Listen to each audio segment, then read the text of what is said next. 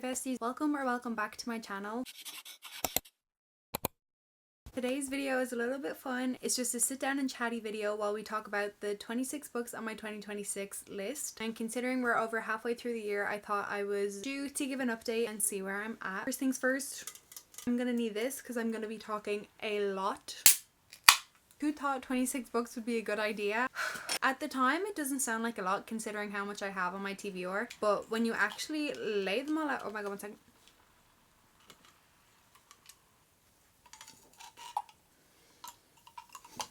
Fuck me, I tried my best. Cheers.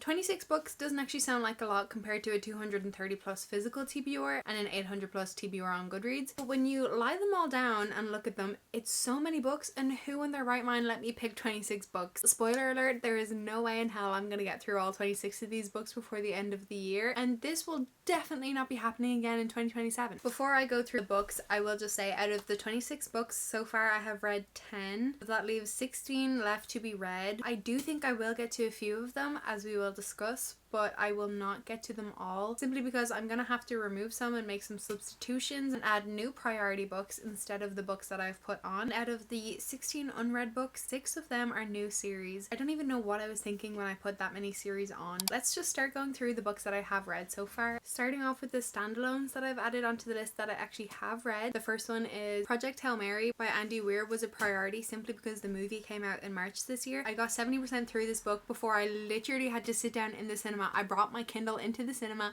trying to finish this book, and I had to stop at one of the most intense anxiety scenes in the book, and I had to sit there throughout the movie, watch it on screen, not know what was happening, cry my eyes out, and then wait until I finished the movie to continue this book. And I'm so glad that I read this. I listened to it on audio as well as reading it. I'm holding it all the way out here because it's a shiny cover. This is such a good book and definitely one of my favorites from this year. I would honestly see myself rereading this story, and I also want to pick up The Martian by the same author. It's a sci-fi book that I could recommend to everybody because it didn't even really feel sciencey, and when it did, he explained it in great detail after, or should I say less detail, and it just made it so much easier to understand. This was a fantastic book. The only other standalone that I've read that's on the list, because I'm such a series girl, it's a problem, but the other standalone is Broken Country by Claire Leslie Hall. It's such a good, beautiful, tragic read. It reminded me a lot of Where the Crawdads Sing. If you've read it, then you know what I mean. Just like to do with the trials in the court. Other than that, it's very much its own unique story where it's her childhood sweetheart and then her current husband, and it's such a conflicting book because, like, on one hand you get it, but on the other it's kind of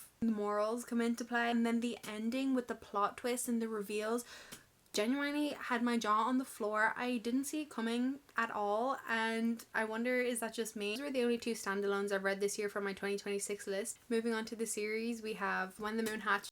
I am so glad I had this book on the list, and not only did I get to read it this year, I got to meet Sarah A. Parker. Girl signed my book for me. This is such a special romantasy book. It's so well planned out. I did read it in anticipation of book 2 coming out, which I have not gotten to yet, and now you can see why my list is going to be all over the place because these substitutes. I started series but didn't add the second book on. Cannot wait to continue the series. I'm not gonna lie to you, the world building is insane. It is such a well thought out and developed world, as well as the characters. Everything was just so perfect, and it was meant to be there. There's not a single word in here that was not necessary, and the romance in here, are you f***ing kidding me? So good. Highly recommend. I'm very heavy on the fantasy this year, but this, I am just about finished it. I'm gonna finish it tonight. This was one of my most highly anticipated reads of the entire year, and I somehow got lucky enough to receive an ARC, and let me tell you, Carissa Broadbent can do no wrong. This has shaped up to be one of my most favorite reads of the entire year. Every single book she writes is amazing, and they just get better and better. This is the most recent release in the Crowns of Nyaxa series, and I can't believe it's almost over. I have been so slowly getting through this book because I do not want it to end. Crowns of Nyaxa is one of my favorite series and universes to be in. Her characters are just so special to me, and I absolutely love her writing. City of Gods and Monsters. So far you can see my problem. I have an issue with series. Another series that I not regret putting on this list, but I kind of do because now I've added another series to my list that I just definitely did not need to do. These books are chunky books, and there's 4 of them. It was fun. It was definitely more of a vibe read. I did enjoy it. I thought I would enjoy it more, but it was kind of reminiscent of Cassandra Clare's Mortal Instruments, but the adult version. I had a fun time with it. I do see myself returning to the series, and I heard that it gets better. This was just not really my favorite kind of book I've ever picked up. It's kind of immature or a little bit juvenile. Saying that, I am glad that I got to read it and meet Darien Castle. There are 5 more books and 3 of them are fantasy series. I don't know why I do this to myself, but the next one is Direbound. I picked this up in anticipation of Furybound's release back in May. Have I read Furybound yet? No. Also now adding to the list. I was so surprised by how much I actually enjoyed this. If something is super popular, I tend to like not love it too much. I don't know why I do that. Same with music. If it's on the radio, I don't want to hear it, but then 2 years later I listen to it and I'll be like, oh wow, that was actually amazing. But this one I actually kind of jumped on the trend and I really enjoyed this. It's not earth-shattering or groundbreaking by any means, but it is definitely a fun time, and I didn't see a lot of the twists that were kind of coming right until they were actually going to happen, so it was a little bit predictable in a way. Subtly, but in a subtle way. Sorry, I got the Fairy Loot edition because I had to. Are you kidding me? I thought it was so pretty. The ending of this book really sets up Furybound to be like a 6-star read. I rated this I think like a 4.75 because it kind of lost me a little bit. It was just a bit dragged out. I'm glad I got to it this year. Hollow by the Twisted Sisters, Suzanne Valenti and Caroline Peckham. Okay, I have read Zodiac Academy up until book 7. I do need to go back and finish that series. So then when I jumped into this, I kind of expected similar vibes. Sorry, when did they go and learn how to write so magically? I couldn't get over the writing of this. It was so beautiful. Like, I'm sure they've always had it in them, but they've just been having fun. I don't know. Am I insulting people right now?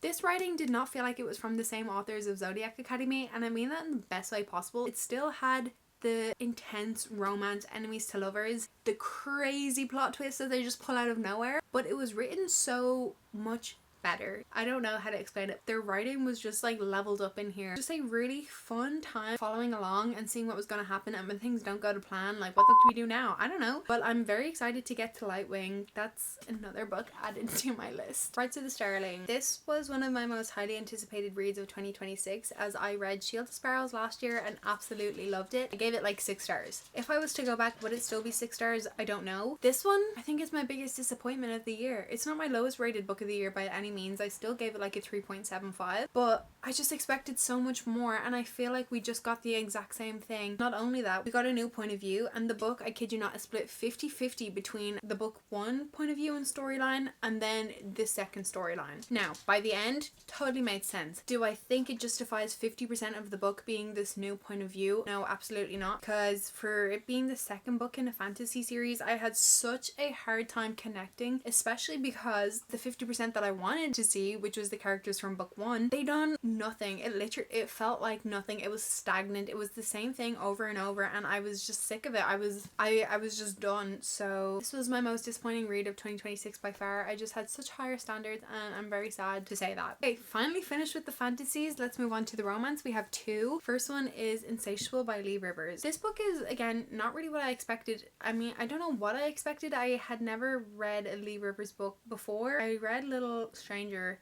actually just before jumping into this one very randomly, and her writing is not what I expected. Like, I definitely enjoyed it, but then jumping into this, I think I struggled to connect to the god tierness of it all. Like, I understand how it's some people's absolute favorite series in the world. I'm gonna say it's not mine, and I can say that I have not finished the entire series. I've just read book 1 and 2. Book 1 was good. It's definitely intrigued me, and the ending made me need to pick up book 2 immediately. I think I just expected a little bit more from it. Now, the second book I thought was better than the first. The first was a fantastic introduction to the series, and I had a really fun time. The series as a whole is quite dark. If you know what you're getting into and you're okay with the triggers, then I definitely recommend picking it up. They are very memorable characters, though, I will say that. Like, even if it's not going to be one of my favorite series ever, I will remember these characters quite fondly. The audiobooks are really good. I'm sorry I'm holding the book so high up. I'm probably going to delete all of this shit. I can't fucking see properly. Okay, the 10th and final book that I read from my 26 books, the 2026 list, is In Her Own League by Liz Tomforty. This is a spin-off of the Windy City series. I miss them characters so much. I miss that series so much. This was such a fun book to be back with the characters that we know and love so much, while also seeing a new perspective and getting a completely new character. I really enjoyed this. Maybe one of Liz Tomforty's best. Thought it was perfect. The representation was perfect. Liz Tomforty is one of my favorite authors for romance because it almost makes it feel like she's going to take you somewhere obvious, that it's going to be like, oh, of course, and then this situation is going to happen. But then she just like sails right by it, and she's like, no, we're not going to do that today. We're actually going to do something that's not going to make you want to roll your eyes, and you're gonna love my book. You're just gonna have a fun time, you're just gonna read, I'm gonna shock you, but you're gonna love my book. She definitely did that in here, and I just love how she writes her female main characters and her male main characters. Like, everybody's perfect in this world, everybody's perfect in these books. I love her books. Those are the 10 books that I read from my 2026 list. I'm not picking favorites, but if I had to pick 5, I think it would be these ones: In Her Own League, The Lion and the Deathless Dark, Project Hail Mary, When the Moon Hatched, Broken Country. Okay, now that we've went over the 10 books that I actually did read, let's move on to some other books from my list. Let's move on to the books that I haven't read, and I'm gonna have to split this up again into books that I'm still prioritizing that I have to get to by the end of 2026, books that I would love to get to by the end of 2026, and books that I am no longer getting to. I just feel like I have to be realistic about this situation. These piles are not very realistic either. There's only like 3 books that I don't plan on getting to. Let's just go through them anyways. Firstly, I'm gonna go through the books that I'm prioritizing for the end of 2026, so that I have to get to. The first 2 books are The Ballad of Songbirds and Snakes and Sunrise on the Reaping. I don't own a copy yet. I was waiting for the matching paperback to come out, and I think it has, so I'm going to be picking it up soon. The reason I want to get to these is because I read the Hunger Games trilogy last year in the hopes that I'd be caught up by the time the new movie comes out this November, so I'm almost there, but I have to read this one, and then of course the Sunrise on the Reaping, so they are still priorities for me because I don't want to watch the movie without reading the books. This next one is probably my number 1 priority, to the point where I'm going to start it next week, and that is House of Earth and Blood by Sarah J Maas. So Crescent City is the only Sarah J Maas series that I have not read yet. I've read Throne of Glass, it's absolutely one of my favorites. I've read ACOTAR, I've done all that. Now I need to move on to this before the release of ACOTAR 6 in October. Do I think I can get through 3 of these chunky books by then? Oh god, I hope so. I don't think I'm going to, considering I'm so intimidated by these and I'm genuinely afraid to start them. But I feel like if I did just sit down and start it, I would fly through them. I think I'm just scared. Like, what do I do when they're done? I mean, it's okay now that I know that there are going to be 2 more books released from this universe, but I'm so intimidated. I've heard so many mixed things about this series as well, so I'm a little bit scared that I won't love it. I'm sure I will. Don't think it's going to top Throne of Glass for me, but we'll see. So bear in mind, so that's already like 5 books I've just added to my priority TBR, because of course I'm going to have to read book 2 and 3 as well as this one. So the next priority book for me is Eldritch by Carrie Lake. I read Anathema last year and I had the best time ever. It's such a dark, gothic-y, spooky, atmospheric read, and the characters to die for. Slow burn. Are you kidding me? It's such a slow burn. Surprised I haven't nodded the bars of my enclosure to read this. I think it's because I want to read Anathema again. I want to do a reread of the first book, jump into this one, and then the third and final book, Vasmaratha or something. Vasmarat. This one comes out in October as well. If I could get to this one, reread the first one, and then finish it off with the third one, I think that would be the ideal situation. Do I think it's gonna happen? Like, it possibly could, but realistically it won't. I just keep getting flashbacks to the first book, and like, I'm so surprised I have not read this one yet. And the last book on the list that I really want to get to, plus other ones by this author, Bury Our Bones in the Midnight Soil. This has been on my list since the day it's been released. I saw a video of V. Schwab doing an interview and talking about it. The way that woman speaks, it's like magic coming out of her mouth. I don't know how she does it, but everything she says is just so beautiful to listen to. I can only imagine her writing in this is the same. I have read Vicious by V. Schwab, and my plan is to read that entire trilogy now that the third book is coming out as well. And I did get tickets to see her. I don't think I'm going to be meeting her or anything like that, but it will be a Q&A and she will be discussing Vicious. So I would love to just get a few more of her books read before that time, but that happens in October as well. I have a very busy month. You'd think I'd plan better, but no. So those are the priority TBR for the rest of the year. To be honest, if I get them done by October or November, I'd be happy. I kind of have to get them done by then, but we will see. But I don't know how realistic that's going to be, because I have a problem and I just keep picking up books and not finishing them. If I somehow manage to get through all 10 plus of those books, I can move on to the books that I want to read that are on my 26 books list, and the first one would be Fairy Tale. How perfect would this be to pick up September, October time? It's a very chunky book, but I think this would be the perfect book. Like, I can just picture myself having cozy evening with this big book in my hand. I heard more about it in 2024, maybe 2025, not much since, but maybe we're coming back into the season, somebody will post a review again and really convince me to pick this up, but I just know I want to have this book read by the end of the year. Mate by Ali Hazelwood. This is another book that I want to read, and I have tried to read it before. It's my last unread Ali Hazelwood book, and I'm so, like, I just don't want to be finished with her work. But now that she's coming out with Unbound and the sequel to that, like in paperback form, I think I can finally pick this up, as well as I would love to read The Love Hypothesis again before the movie comes out in September. So I'm such a busy girl with all these books. You'd think I'd be prioritizing them and reading them now, but I'm not. I'm very excited for this one, and I have an inkling that I'm gonna like it a lot more than I did Bride. I was loving Bride up until I found out what a knot is, and then I got scarred, then I got traumatized, so I just didn't love it as much after that. But now that I know what it is going into it, I think I'm better prepared for this one. The Secret History by Donna Tartt. This has been on my priority TBR since 2024.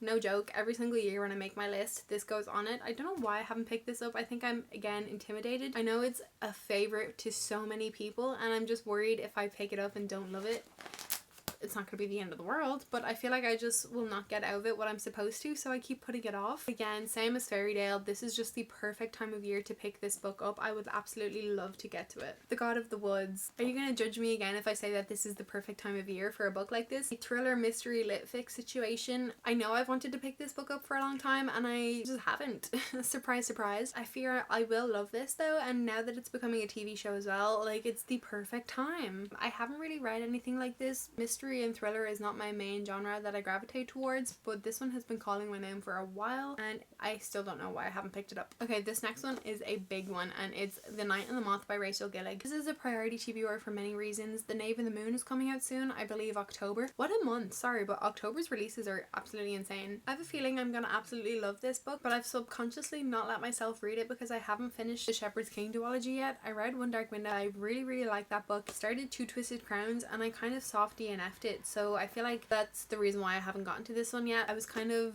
debating taking it off my 2026 list altogether, but I do think I would love to get to this book this year, so again, we'll see what happens. Then one of the last books that I would like to get to this year, but I won't be too mad if I don't, is The Bright Years by Sarah DeMoff. This is just a short, like, standalone, which is great because I have way too many series, but it's about generational trauma, and I think that would be perfect to read, because who doesn't want that insight and background in a book that's gonna make you sob your eyes out? I for one do. I always do. Every single review I've seen of this book has been extremely positive. Their emotions may not have been, but their rating definitely was. I think this is gonna be a book that I'm gonna love, and maybe that's why I haven't picked it up yet, because I am scared. And then one book that I don't own a physical copy of but I want to get to this year is Iron Gold by Pierce Brown. This is the fourth book in the Red Rising series, so I read the first three and completed that trilogy and absolutely loved it. I thought it was one of the best things I've ever read. So unique, nothing like anything I've read before. Stakes are so high, as are the emotions. Iron Gold,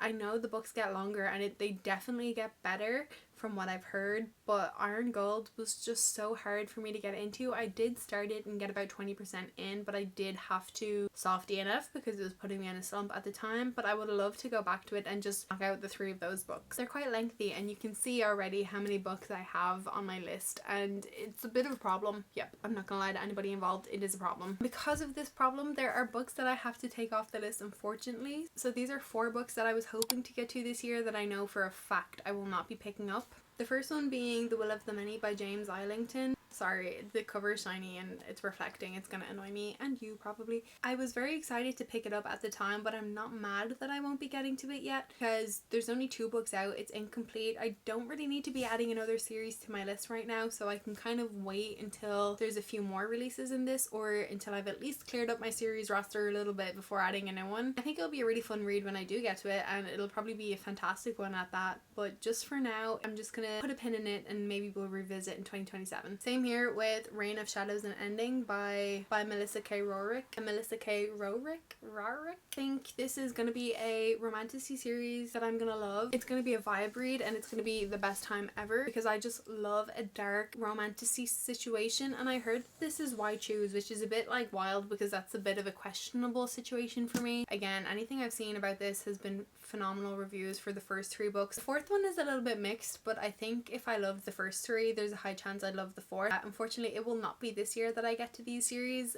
and I know she has like an entire universe with Lady of Darkness and she has new books out as well now, so maybe it's best that I do save it and I don't need to dive into this big universe. Let me finish up the few that I'm already in the middle of first. And then the last physical book that I will not be getting to this year is Immortal Dark by Tejas Gurma. by Tejest Gurma. I'm really sorry. This again is a trilogy and the third book comes out in 2027, so that kind of made my mind up for me already. If I just wait and then I can read all three together and not be in the middle of a series that I'm waiting on a new release. I'm trying to be more tactical about my books. I wish I'd done that at the start of the year. It would have saved me all this heartache. At least I'm learning slowly. So Immortal Dark, even though this is the perfect time of year to get to it, it's not going to happen this year. It'll be on the 2027 list I promised I wouldn't do. And last but very not least, I do not own this book yet, but it's Binding 13 by Chloe Walsh. This is the Boys Atonement series and this has been a high priority for me. I really do want to get to this series, especially because it's set in Ireland. Like, I feel like at first that was the reason why I was avoiding it. Now I think it's the reason that I need to pick it up. It's just an emotionally traumatic series and I just don't think I need one of those right now. As much as I know I'm gonna love it when I do pick the books up, I think it has to be the right time for that, and unfortunately it's just not gonna happen this year. Those are the 26 books that I had originally put on my 2026 list. I read less than half, but to be honest, the 10 that I did read, they're quite chunky and they are series, so I've indirectly made this list longer for myself. As I said, I will not be doing a 2027 books for 2027. It has to stop at one point and I'm stopping it now. But if I do it, I will be including the entire series rather than just the first book, because I don't know why I did that to myself. Like, who do I think I am? Thanks for watching this video. I hope it wasn't as chaotic as it felt. To be honest, it feels quite chaotic and I think I need to go like lie down and just have a reality check. I don't know why I thought putting 26 books on a list including series was a good idea. It was not. But thanks for watching. What books are your priority for the end of 2026, and are there any on my list that you think I don't need to worry about getting to this year, that I should save for next year, or are there certain ones that you're like, pick that book up right now? I need to know. Bye, love you.